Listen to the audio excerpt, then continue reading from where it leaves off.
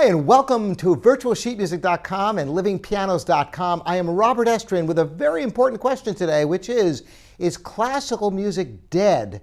Boy, you know, that question makes the hairs in the back of my neck stand up, and it's a horrifying thought to someone like myself who's grown up with classical music, but it's a legitimate question. So we're going to explore that today.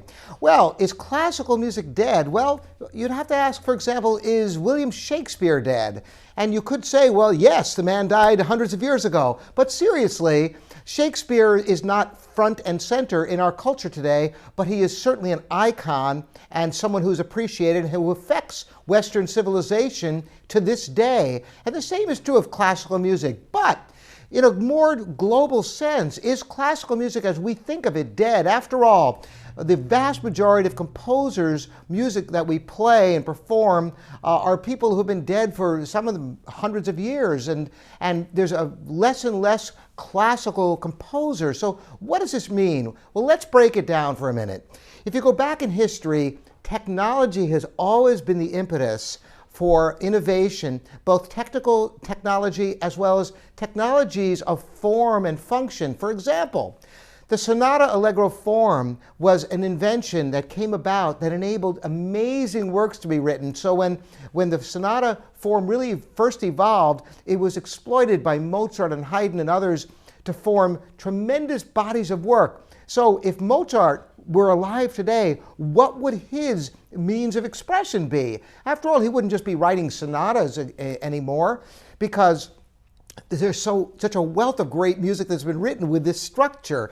So indeed, if you look throughout history, the Dark Ages was not a great time for art. The Renaissance ushered in systems, and so a lot of it is a community of expression that evolves, that enables flourishing of the arts. So what period are we in now?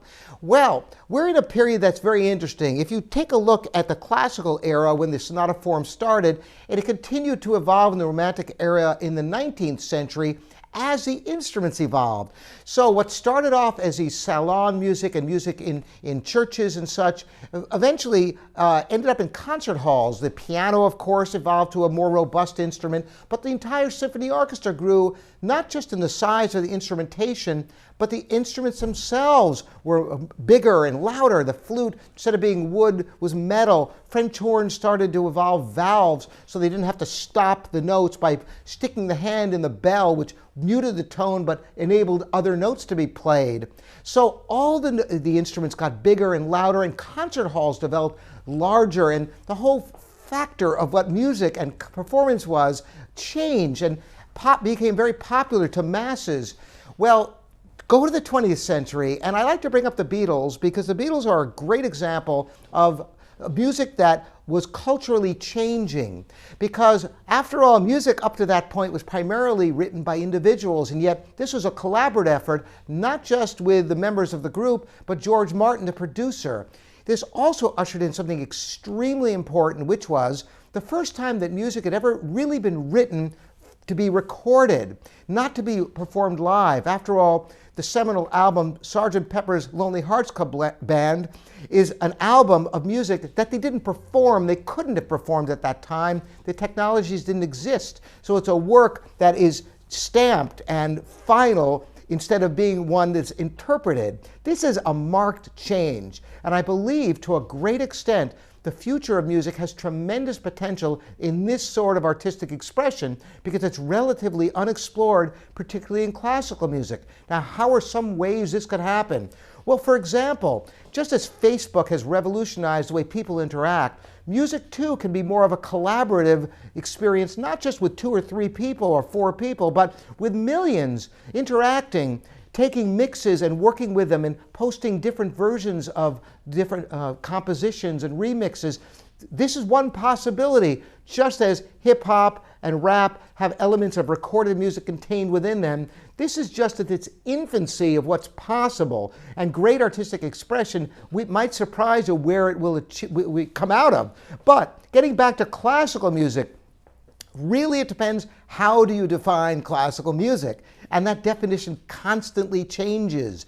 And today I think some of the most interesting music being composed in what's referred to as the classical world are music that encompasses different cultures and different styles of music that are combined in new ways. Because after all, writing yet another romantic symphony, do we really need that? Is anybody going to top Mahler and Brahms and Tchaikovsky and all the rest of them?